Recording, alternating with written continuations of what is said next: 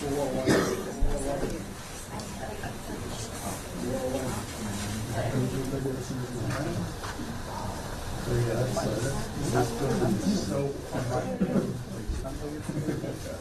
think it was the only military facility where officers outnumber enlisted. I never did that. I'm not surprised.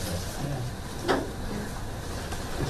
I've seen more generals than sergeant majors. Yeah. Yeah. Louis was telling me, this is a while back, he was in my McDonald's and he saw just a private. Yeah, how do you get a private? We'll start now. I don't understand. It's like that time where. Oh, Louis sitting right there. Yeah, he told me that story yesterday. Harry had one person I think he This is had not too I doubled it. Yeah, I got one. I drink while I drive into work, my Which coffee. to me, Right about this time, I always debate whether Yeah. I get it. my generation was the first to start getting. I think after that, I wrote out. It's gonna be a long day, so. Then you guys want Yep. everybody in it, even if you weren't on the work, everybody went, everybody got done. Good, but hard to take. Yeah, I mean, I don't know, no one wants to stay here. Rising up around. Yeah, the hallways get pretty. Yeah. You wait to get on the escalator. Majors. Click out. Yeah. Seven last night, it's just when you come in. It's because the world is at peace. Just You know? Yeah. Anderson, hello. Hi, good thanks.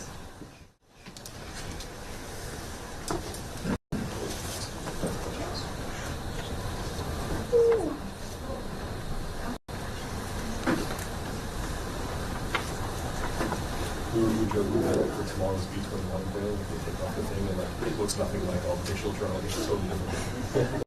That'd be awesome. Go.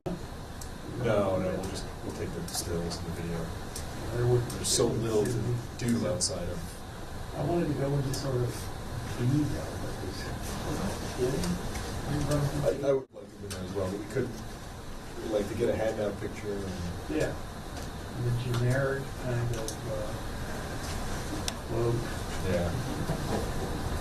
Instead of going to the defense forum, Yeah.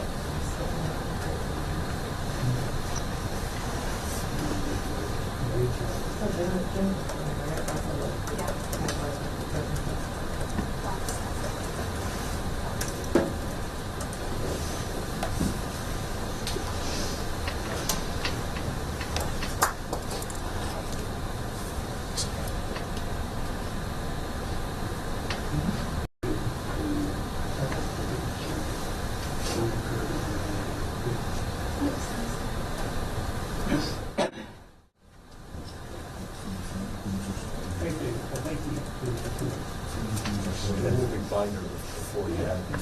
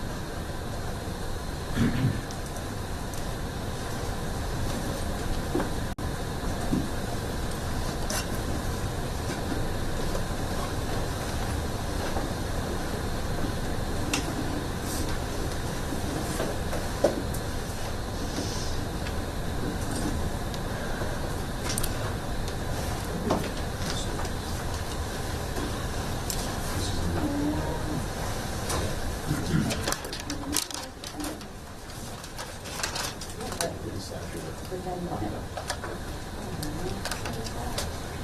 That's not the point at all. Sad.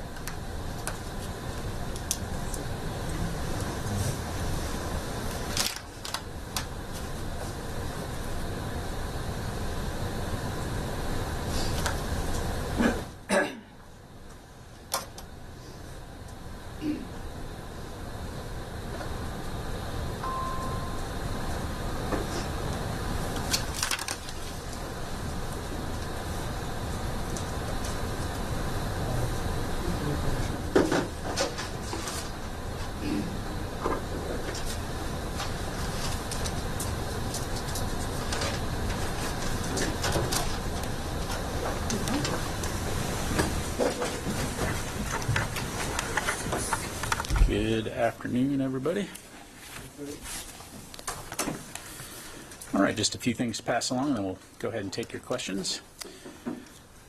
Secretary of Defense Lloyd J. Austin today established the Office of Strategic Capital, or OSC, a Department of Defense organization that will help build an enduring technological advantage by partnering with private capital providers to ensure access to critical technologies. OSC will connect companies developing critical technologies vital to national security with capital. Critical technologies such as advanced materials, next-generation biotechnology, and quantum science often require long-term financing to bridge the so-called valley of death between the laboratory and full-scale production. These technology companies also suffer from a limited supply of long-time horizon patient capital, which results in an inability to transition technology into military capabilities, even for technologies developed with the help of federal research grants or contracts. Moreover, many of these technologies are essential for future defense capabilities, but are not purchased directly by the DoD, meaning existing procurement programs are unable to support the relevant company's immediate capital needs. As an office overseen by the Secretary of Defense, the OSC will have an advisory council that includes the department's undersecretaries of defense. The OSC will work across DoD's policy, acquisition, and research efforts. It will also help to counter non-market actions by strategic competitors that use U.S. capital markets to advance their own technology goals. In support of the Undersecretary of Defense for Research and Engineering, OSC will complement the innovation organizations already executing programs to support critical technology developers. OSC aims to scale investments between science and technology-focused organizations such as DARPA and commercially oriented organizations such as the Defense Innovation Unit by increasing the capital available to critical technology companies to help them reach scaled production. While existing offices rely on grants and contracts to deploy capital, OSC is investigating the use of non-acquisition based finance tools such as loans and loan guarantees. For example, a number of other federal agencies use credit programs to participate in capital markets through loans, loan guarantees, development funds, and other tools. We'll be posting a press release on defense.gov with further details on the OSC, and we'll have additional information to announce regarding this initiative on Saturday during the Reagan National Defense Forum. Tomorrow, as previously mentioned, Secretary Austin will depart for Palmdale, California, to participate in the unveiling of the U.S. Air Force's newest strategic deterrent, the B-21 Raider, and then on Saturday he'll deliver the keynote address at the Reagan National Defense Forum at the Ronald Reagan Presidential Library in Simi Valley. And finally, I want to acknowledge the Senate confirmation yesterday of Robert Storch as the Department of Defense Inspector General. This is excellent news for the department and a critically important mission, and we appreciate the Senate's efforts. And with that, I'll take your questions. We'll start with AP, Lita Baldor. Thanks, Pat. Can you bring us up to date on any the results of any conversations that Secretary has had or other DoD leaders have had with their Turkish counterparts? Have there been any assurances provided to DoD that there will be no longer any strikes in the vicinity of U.S. service members? Can you just bring us up to date on where that stands? Thanks, Lita. I don't have anything to provide beyond the readout that we issued last night. I'm not going to speak for the Turkish government. As the readout mentioned, Secretary Austin relayed the department's strong opposition to any potential ground invasion in northern Syria. And again, the focus here is on enabling and ensuring that the Defeat ISIS mission can continue unimpeded and to prevent potential instability in that region. Yep, go ahead, Wafa. So when Turkey started its airstrikes and then threatened the safety of U.S. personnel in Syria, it looks like the deconfliction line wasn't where it should be. So is this what led to the phone call with between Secretary Austin and his counterpart? And does Secretary Austin feel confident that this line, the confliction line, is being reinstated after this phone call? Yeah, so first of all, as a NATO ally and a close partner with the United States, we always have regular communication with Turkey. And so in the case of the phone call, the Secretary wanted to call to relay his condolences for the deaths that we saw in Turkey. But then also to address what we've seen in open press reporting in terms of a potential ground invasion into northern Syria. And so the focus here is, from a United States standpoint, on ensuring that terrorist organizations like ISIS cannot reconstitute. We've obviously made a lot of progress toward that end since they first originated, en masse back in 2014. And we don't want to see that progress be wasted. Still have a lot more work to do on that front. So that was the origination of the phone call. Thank you. Okay, Janie. Thank you. I have two questions. You might know that several Chinese and Russian military aircraft recently invaded Cadiz, Korea's air defense identification zone, and South Korea. And ROK Air Force took sortie in response. So what do you think are the intentions of China and Russia, which frequently invade? Yeah, thanks, Janie. So I don't want to speak for China and Russia. Certainly we are aware of the joint Russian-Chinese flight. In terms of the Republic of Korea's response, I'd refer you to them to answer for themselves. But beyond that, I don't have any additional information to provide. Second question, it has been reported that China is conducting chemical warfare training in preparation for crisis on the Korean Peninsula. So do you know, how can you see the Chinese suspicious movement? Yeah, I don't have any information on that. Thank you. I refer you to China. I'm assuming that China conducts a wide variety of military training, but in terms of chemical warfare training, I'm not aware of anything in that regard, but I don't have anything further. I'm not concerned about the chemical warfare research. I don't have any China and North Korea getting together. Thanks, Janie. Let me go to David in the back. Does the Secretary have any reaction to this threat by some of the Republican members of the Senate to hold up the NDAA if the vaccine mandate is rescinded? Yeah, thanks, David. So what I would tell you is, as a warfighting organization, the health and readiness of our force is paramount, and vaccination for COVID is still a requirement. But in terms of discussing proposed or pending legislation, I'm not going to be able to provide a comment on that, and won't have anything further to provide. Thank you. Health is paramount, so do not lift the vaccine mandate. The vaccine mandate is currently in effect. Thank you. Yeah. Following up on David, are there plans to do that in the future to potentially put an end to the vaccine mandate? Again, the vaccine mandate is currently in effect, and I'm not going to talk about pending or proposed legislation or speculate on future potential outcomes. And dropping it, you said it would have an effect on military readiness and the health. I just wanted to hear more on the reasoning. Well, again, broadly speaking, from a Department of Defense standpoint, we are a warfighting organization, so the health and readiness of our force is always going to be paramount to ensure that our forces are ready and able to conduct their mission. So vaccinations, whether it's COVID, influenza, anthrax, those kinds of things. We're going to ensure that our forces are properly vaccinated to be able to carry out their wartime mission. Thank you. Has that had an impact on recruitment? We're talking about COVID mandate. I don't have anything further on that. Certainly, we continue to look broadly at how we can recruit and how we can attract recruits, but I'm not going to get into whether or not there's a correlation or not. Okay, let me go to the phones here. Heather from USNI.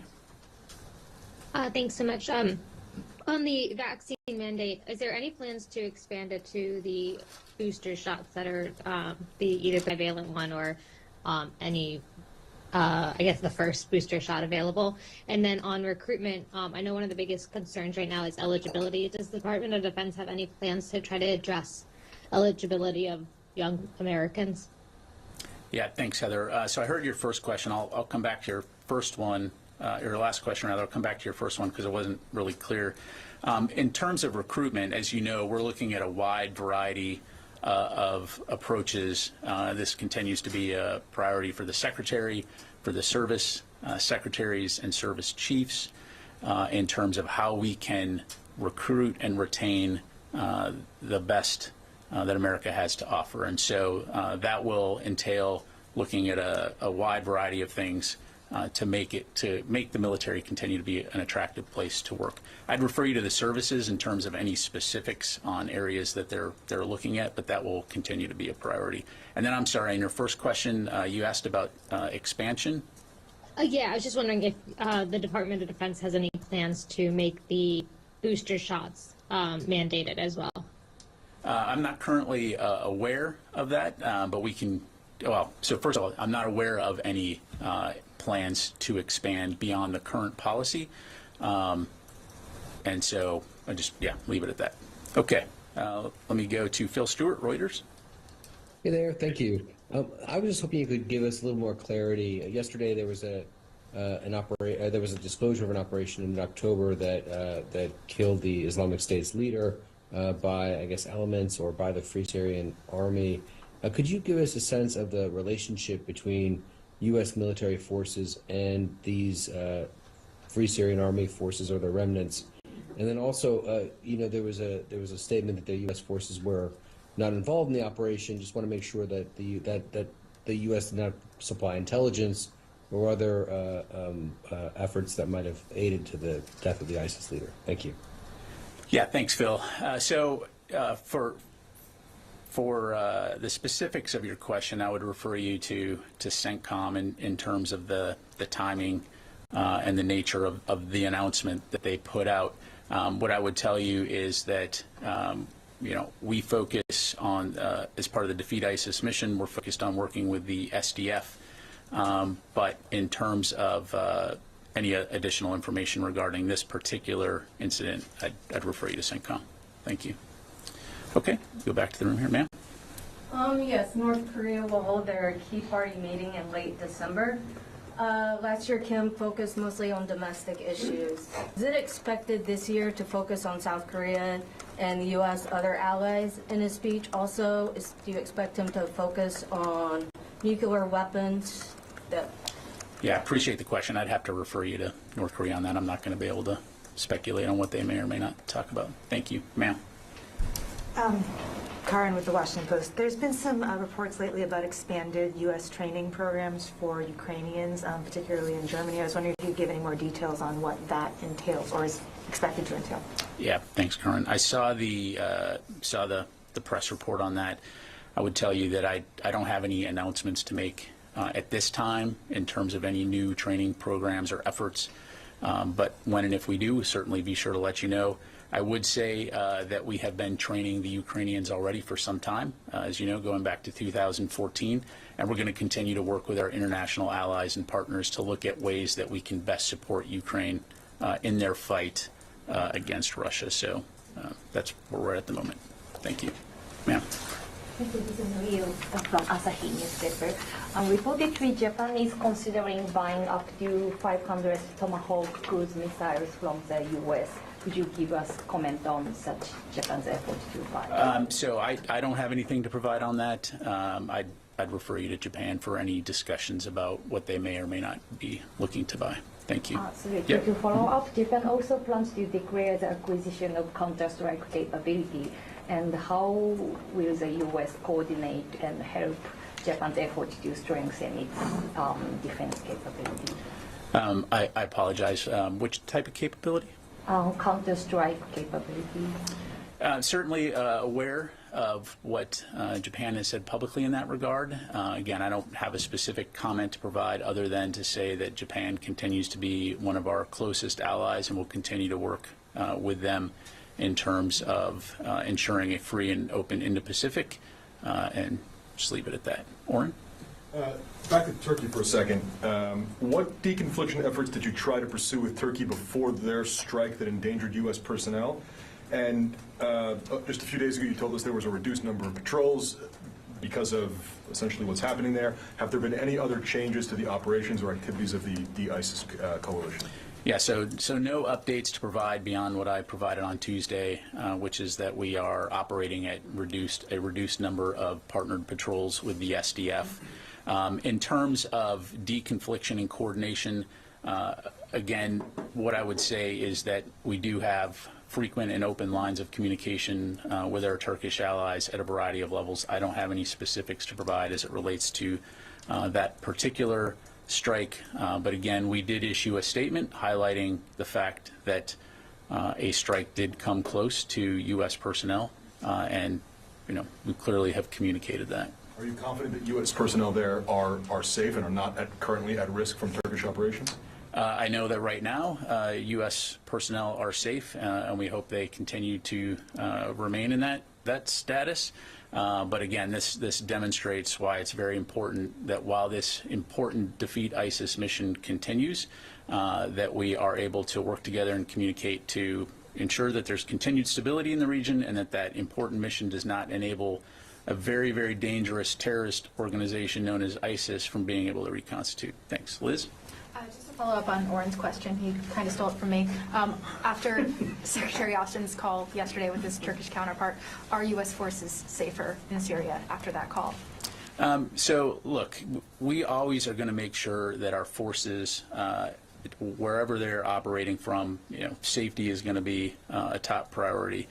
And so as they're focused on their mission, they're going to do what they need to do to ensure that they're safe.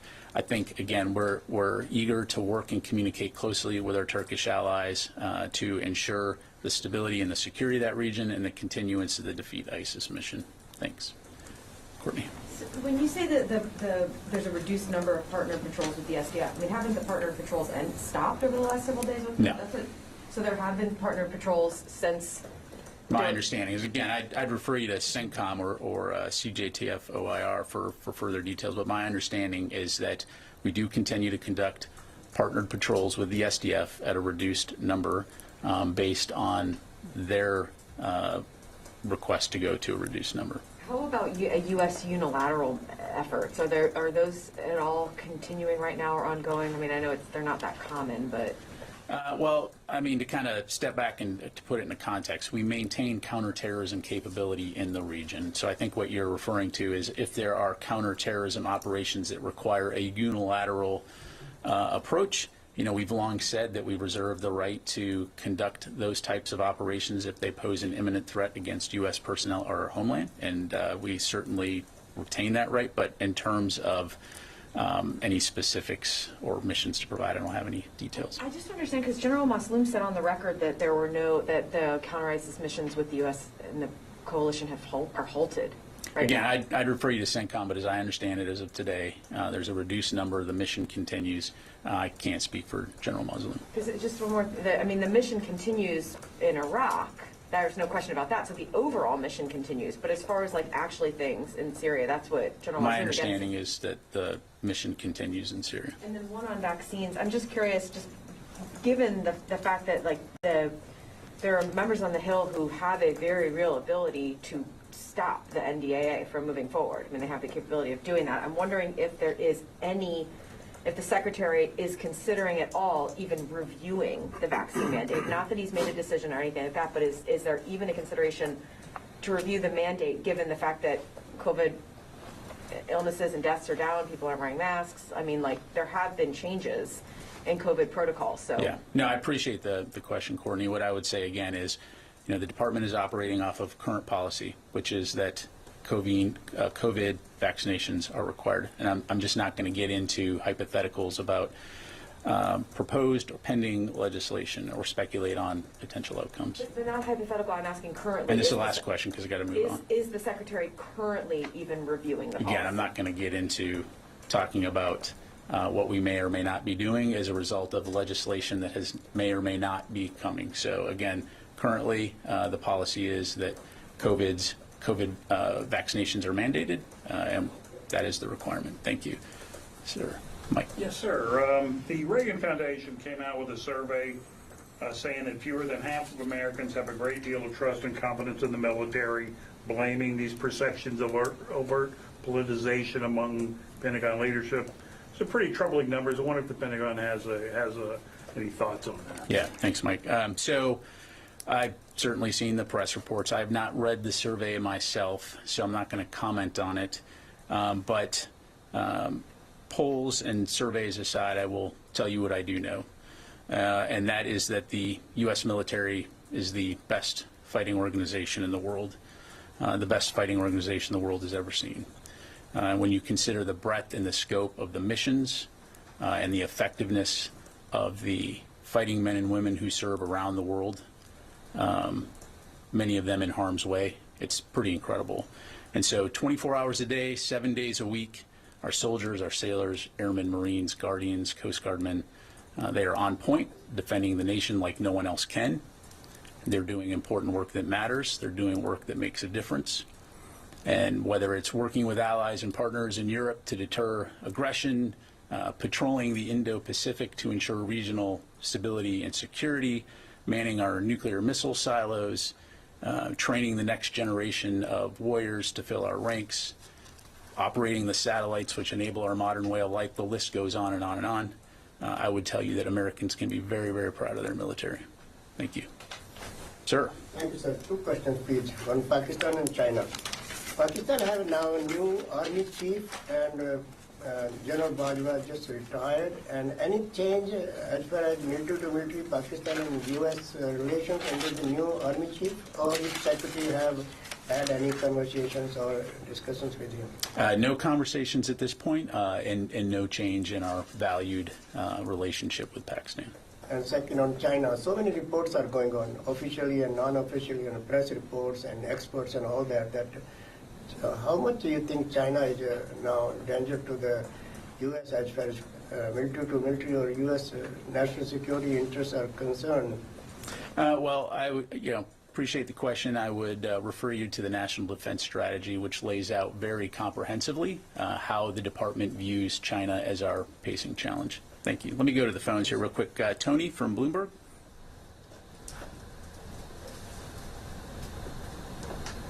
Tony, are you there? All right, we'll come back. Nick from PBS. Hey, Pat. Sorry. Thank you very much. I want to go back to Turkey, but ask it a little differently.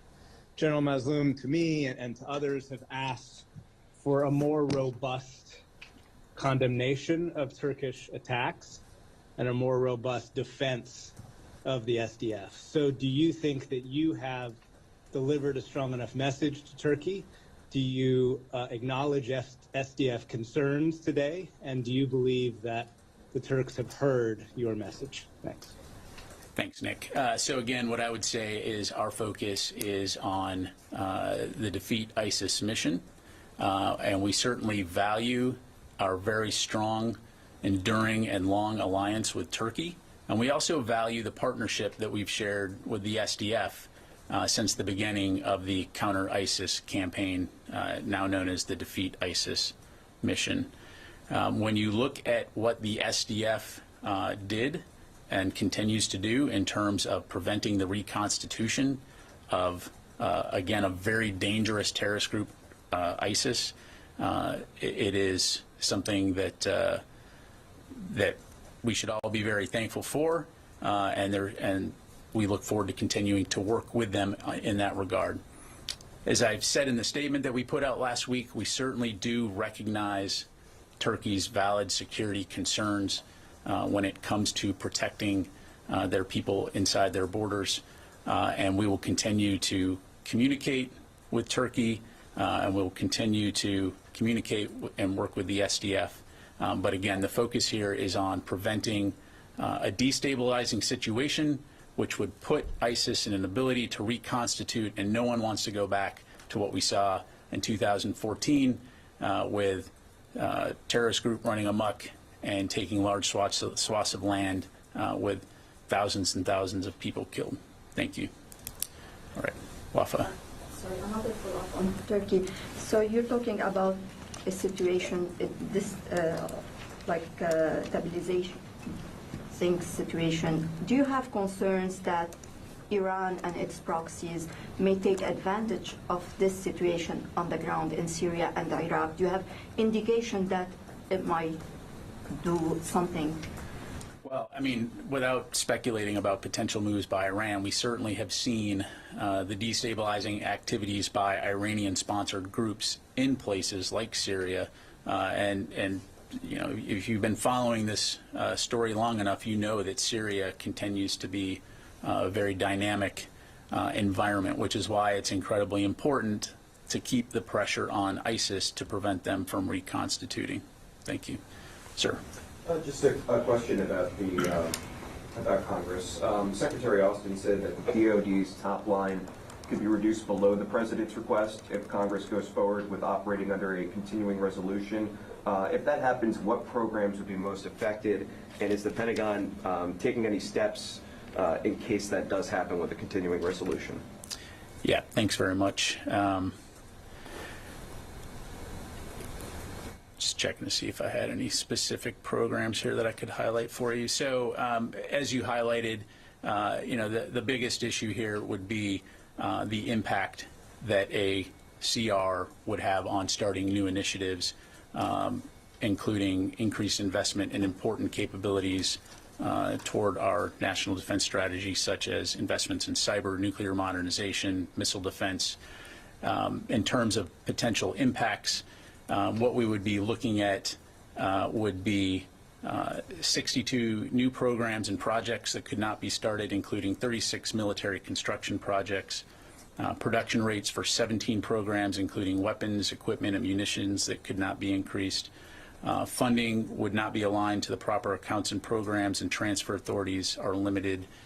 We can get you a broader list, but just for example, things like multiple rapid prototyping programs, including the Joint International Experimentation for the Indo-Pacific region and the E3 replacement program, long-range hypersonic weapon, F-16 secure mission data systems. It's a fairly lengthy list. So certainly, as you know, I briefed earlier this week, we are hopeful that Congress can pass the NDAA before the end of the year. Thank you. Got time for just a couple more, Qasim, and then General, follow up on the Turkey questions.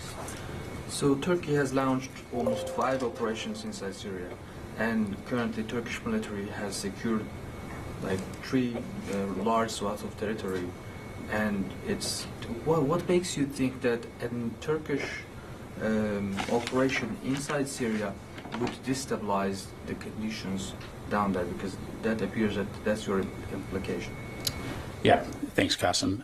So again, you know very well the situation on the ground there and the history of the friction between Turkey and the SDF. And so again, we want to call on both of our partners in this case to de-escalate so that we can continue to stay focused on the Defeat ISIS mission. You know, a terrorist cross into Turkish border from Syria and then conduct an attack, and then the Turkish military takes on, like, retaliate. And we see that Pentagon comes up saying that, well, we don't want to see destabilization, we don't want to see the tensions to go ahead. And then we see that your partners, YPG, they said, okay, we are out from the fight if you are going to, if you will allow the Turks to attack us. What makes this policy rational still? Like, whenever somebody crosses from Syria into Turkish territories, Turkey is going to attack. and then it doesn't matter if there is a U.S. force, U.S. troop around the area or not. We have seen before, like the U.S. forces were there, and now again U.S. forces were there. Turks launched an operation. So what makes the U.S. strategy in Syria still to be viable and usable? Yeah, thanks. Well, again, nobody's arguing about Turkey's legitimate concerns and Turkey's legitimate authority to go after terrorists that target its people. What we're talking about here is ensuring that we can continue to keep the Defeat ISIS mission going without destabilizing the region, which we believe that a ground invasion would result in. So again, we'll continue to communicate closely with our Turkish allies, but I'll leave it at that. Let me go to Louis, and then one last question. Thank you. One quick one. There was a near-miss collision was nearly averted, but was averted on Tuesday in San Diego Bay involving 2 U.S. Navy ships. Do you have anything on that? And I understand the Navy's investigating it, but are you taking a broader look at it to see safety issues? Yeah, thanks, Louis. So what I can tell you is that the USS Mommsen and USS Harper's Ferry were transiting opposite directions in San Diego Bay yesterday, or November 29th, rather. They were in close vicinity. Both ships maintained communication and maneuvered to ensure that they were safe in the channel. There were no injuries or damage to the ships as a result of those maneuvers, but as you highlight, I believe the Navy is investigating this, so I'd refer you to them for any further information. And the other topic I was going to ask you about is the OSC that you just announced today. What triggered the creation of this, particularly for Secretary Austin? Or is this something that had been happening before, or was this something that he felt was necessary to get beyond this valley of death, as you call it? Sure. So first of all, it's the capability that the OSC will provide is not something that's unique per se within the U.S. government. You have other agencies that have employed this capability, and so given the fact that the department relies on advanced technology for a lot of the capabilities we need to stay competitive, this gives us another capability to work with investors and to work with industry to ensure that programs that otherwise may not be funded or it may not be attractive to investors can be funded in a way that gets them across, again, the so-called valley of death. So it gives us another tool in the toolkit to be able to ensure that we can stay competitive against our strategic competitors like China and Russia. So there wasn't one specific incident or anything like that that triggered the interest in this? No, this is really about looking at how can we move faster and ensure that the department and the U.S. government, more broadly, has the advanced technology and capabilities that we need to remain competitive going into the 21st century. All right, thanks very much, everybody. Appreciate it.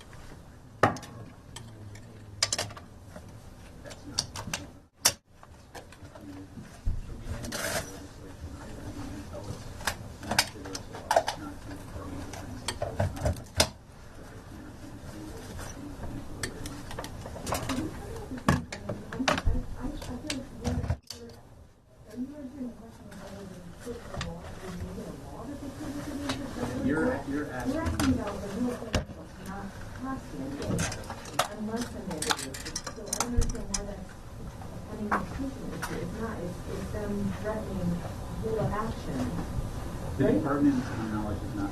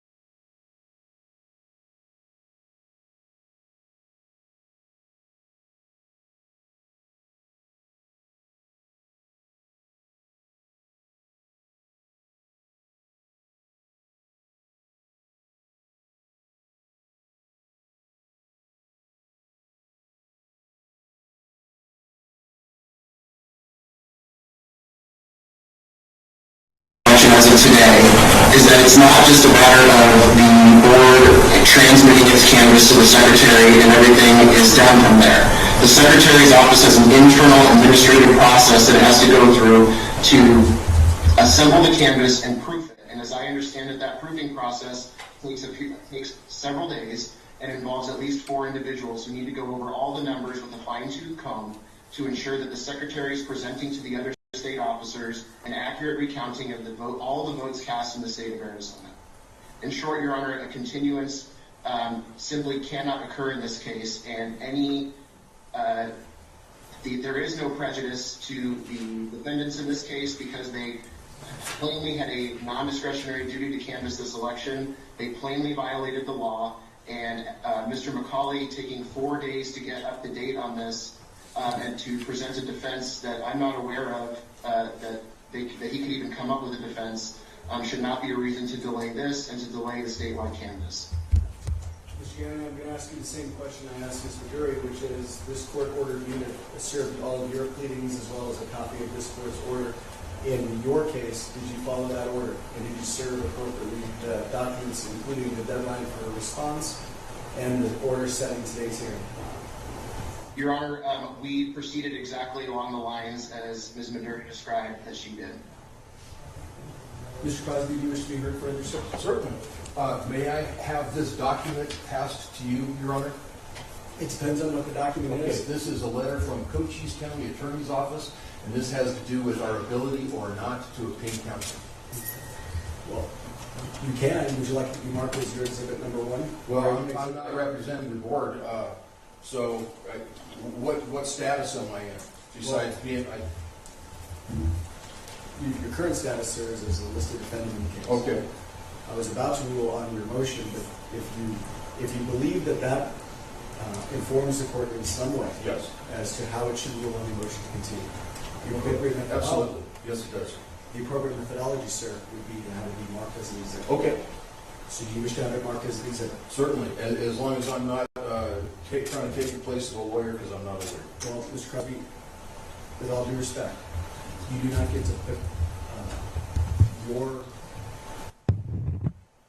stipulations on how this court conducts this hearing. Absolutely. So let me explain to you how I think the court is viewing your motion, and then you can make an educated decision as to how you wish to proceed. This court received the petition and the associated pleadings either Monday evening or Tuesday morning. For a fact, this court said on Tuesday, issued an order setting today's hearing for 1 o'clock, and ordering any responsive pleadings to be filed yesterday's date by 5 o'clock. While that was a short turnaround, probably 35 hours, it was sufficient time in this court's eyes to not only understand the nature of the proceedings, but also to require counsel. This hearing is going forward today. The reasons that you set forth do not constitute good cause and do not promote the interest of justice in order to continue this hearing. So your motion to continue is denied. The fact that you have not had a counsel file a notice of appearance means you are unrepresented by counsel. However, you are permitted as a listed defendant sued in your official capacity to represent yourself. If that is your choice, and if you do not wish to do that, I'm not going to require you to do that. But I want you to know, whatever your decision may be, this hearing is going forward. If you choose not to participate in the hearing, that will not be a reason for the hearing not to proceed.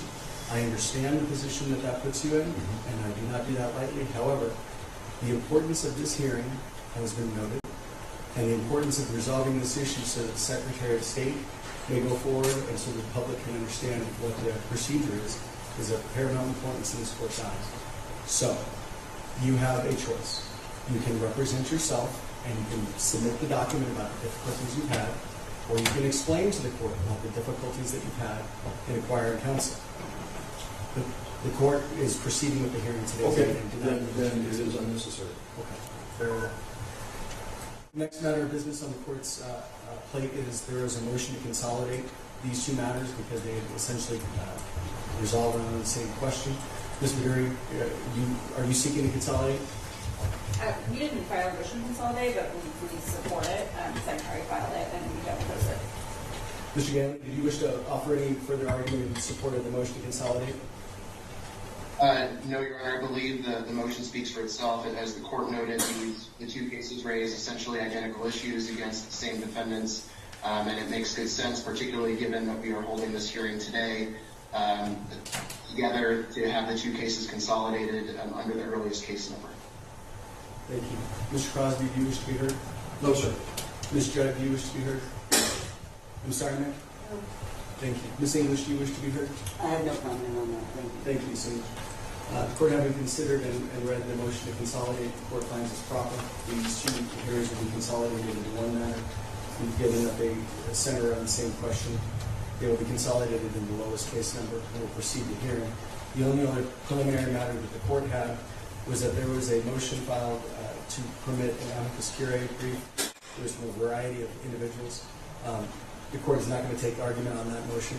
Instead, the court, understanding the issue before it to be a relatively straightforward one, the court does not believe that amicus curiae briefs will be helpful in the court, to the court in determining the issues before it. So understanding and respecting the voices of the folks who want to be involved in these proceedings, the court does not believe it's appropriate to consider those amicus curiae briefs and will not consider them in deciding the issues before it. So the request to be designated as amicus curiae is respectfully denied. I think that takes care of all of our preliminary matters. I don't know, Ms. McGarry or Mr. Gaona, if you had a preference as to how you wish to begin these proceedings.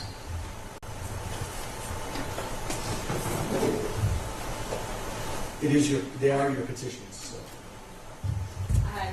I would have to make just a very rude statement, and I've actually never been in a situation where the attorney or the other side has not appeared. We did want to take some brief testimony from some of the defendants. They were subpoenaed. If the court will allow that.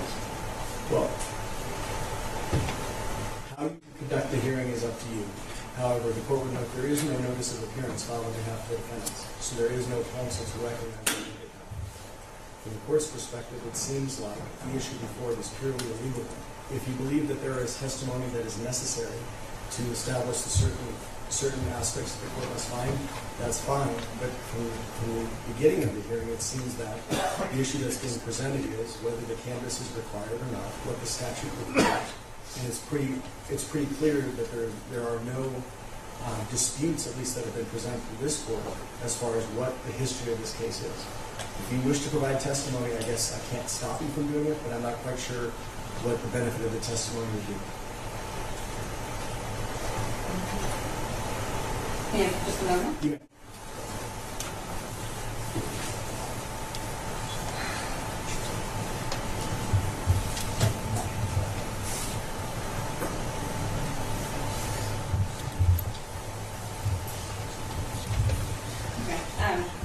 Given the court statements, and we do agree this is a pure issue of law, and the facts are quite clear that the board has not canvassed the election, so we don't believe it's necessary to take testimony from the defendants.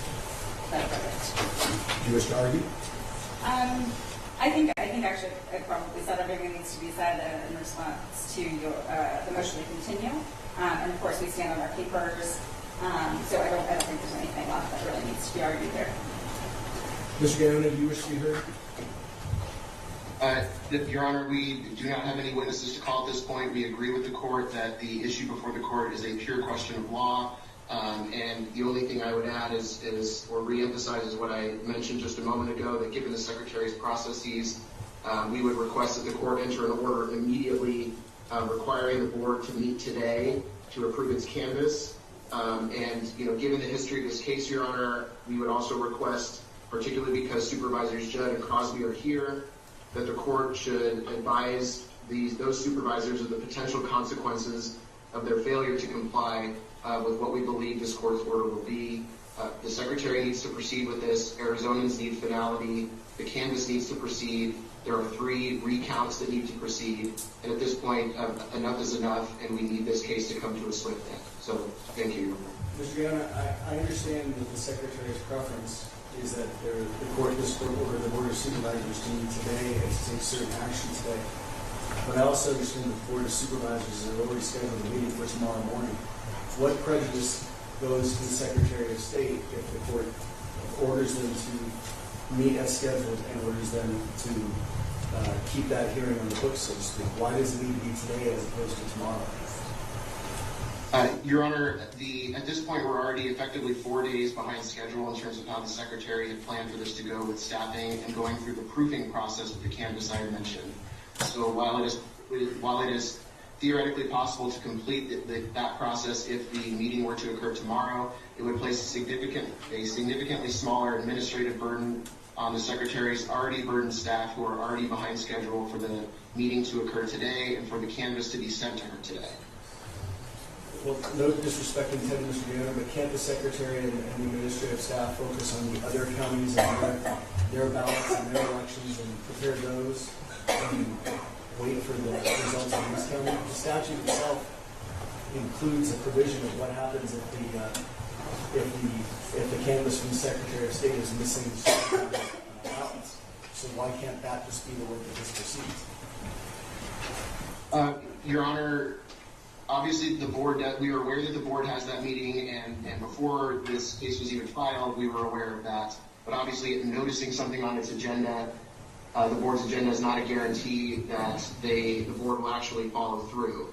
In the spirit of compromise, Your Honor, I think the Secretary can accept the canvas tomorrow, provided that the court's order is clear and that there will be no more games and no more excuses, and that if the board fails to comply with the court's order, that we will be able to promptly get back before the court tomorrow to immediately institute contempt proceedings if they do not follow through. Mr. Cosby, do you wish to address the court, sir? I'm not sure. I could, but I don't want to pretend to represent myself or my fellow board members. Mr. Crosby, you are not permitted to represent your fellow board members because you're not a licensed attorney, as you stated. However, you have every right to represent yourself. And if there's anything that you wish the court to consider in considering the petition before it, now would be the time for you to present it. Would that include the question, like what is the definition of canvas and what is the definition of approved or certified? Are you asking this court to define statute for you, sir? Well, just pass. I'll just read what I have, if that's okay. Absolutely, sir. The floor is yours. And I want to be very clear. I am not imposing any limitation on how you present whatever it is you want the court to hear. Sure. This is your opportunity to let the court know what you think the appropriate outcome of this case is. Okay. In the case document ending in 553, paragraph 5, correction, page 5, paragraph 21, the Secretary recognizes two later delay dates of December 5th and December 8th. Therefore, continuance does not delay the Secretary's duty. Our intention is to vote on this issue tomorrow, and there is no bad faith. The reason why it was not voted on the 26th, as we or last Monday, I think that was the 26th, was that the item was misagendized on the agenda, and I corrected that, and that is the corrected agenda, which you may have seen for the second. Anything else, Mr. Cosby? Ms. Judd? I just want to, let me get up there so you can hear me. Please, thank you very much. You're very soft-spoken, so I need to be able to hear you. I wanted to acknowledge and thank the court for recognizing that there is a provision in the law to extend the dates. And I would have mentioned myself that there are 15 counties and we're just one, in fact, a smaller sized county. So I am respectfully, the Secretary would ask that she go ahead and proceed as she is. And I full well intend to meet tomorrow and be respectful of the voters in my county. Ms. Judd, I don't want to put words in your mouth, but I do want to understand what you're telling the court. Okay. What I understand you to say is that if the court allows the meeting to proceed tomorrow as scheduled, it is your intention to vote on the issue of canvas. As scheduled. Is that what you're saying? Well, I recognize the schedules, and it would be my wish to do that. So we will see. What time is the hearing set for tomorrow? 10 a.m., sir. How long do you expect the hearing to last, Ms. Judd? An hour and a half. Yeah. I'm just trying to figure out the timelines because I don't want to put, if I allow it to go tomorrow, I don't want to put in a proper timeline. You understand? Right. So, a couple hours? We aren't likely to continue a meeting to later in the date. That's not typical of our board, but I can't even say that. If we need to consult, we may stop for a few minutes, but a couple hours. Okay, very well. Thank you. Is there anything else you needed to know, Ms. Judd? Not really. Thank you so much. Ms. English, is there anything you'd like to say? Yes.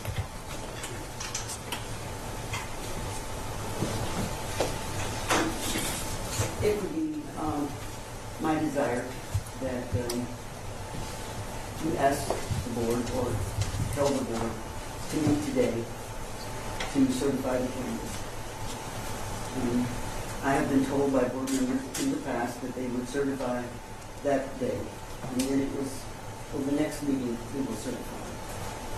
And so the meeting tomorrow, and the reason that they wanted to wait until tomorrow is because Supervisor Crosby has indicated in the agenda that tomorrow he would like to have sort of a smackdown between the Secretary of State and the election deniers that he has on the agenda.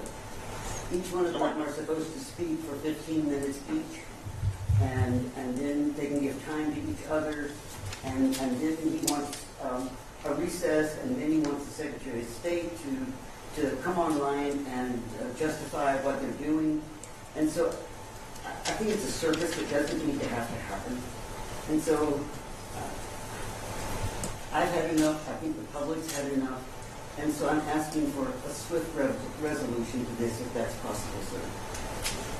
Ms. English, admittedly, I don't know what the current composition and leadership roles of the board are, but my understanding is, at least in the past, if not present, you are the chairperson of the board. Is that correct? Is there any difficulty that you can explain to the court, or any prejudice that the board, or you as a member of the board, would suffer if the court were to order that the board meet today and certify today? I see that there would be no problem because we had an emergency meeting this morning with an hour's notice in order to have the board select an attorney that was to appear at 1 o'clock today.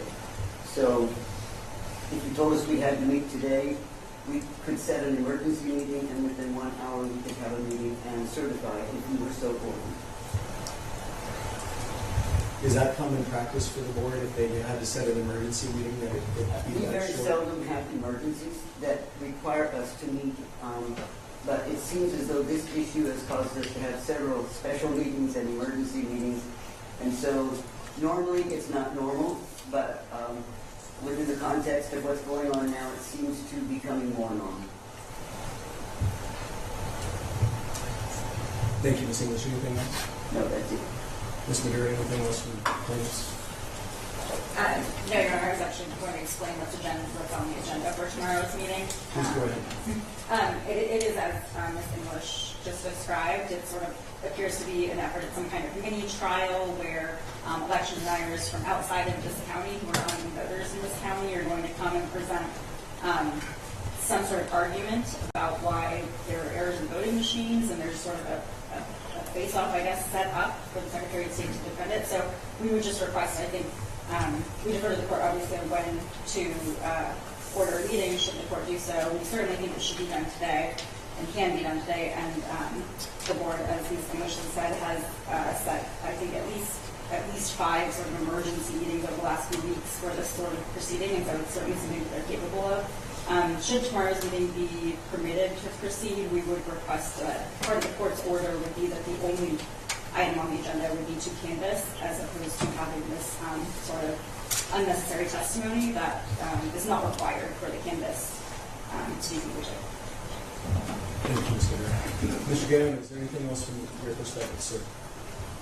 Your Honor, I'd only add one thing to what Ms. Maduri just said, which is that to the extent that Supervisor Crosby had imagined some sort of showdown between a host of election deniers and staff from the Secretary of State. Secretary of State has no intention of participating in such a charade, and so we would join the extent the meeting will proceed tomorrow. We would join in the request that it be limited to that single agenda item. Thank you, Mr. Gannon. Anything else? Ladies and gentlemen, what I'm going to do is I'm going to take a few minutes because I want to think about exactly how I want to word my orders, but we will have a meeting today. And what that means is we're going to take 15 minutes now, and we're going to start back up at 5 minutes to 2. And at that time, the court will render its decision. If you want to stick around in the courtroom, you're certainly welcome. Obviously, if you leave the courtroom and you go through security, you risk not being able to get back in time, because we're going to start at 5 minutes till, and if you want to be part of that proceeding, you should be here. But we'll stand at recess until that time. Thank you all very much.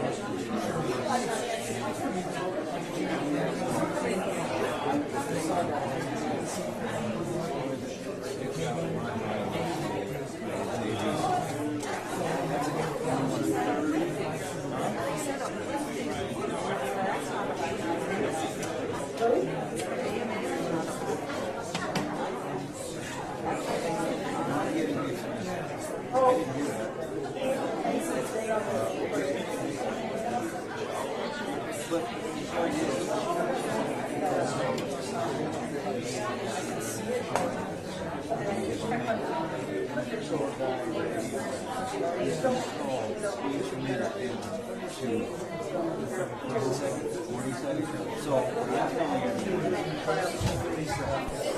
I'm in a video with you.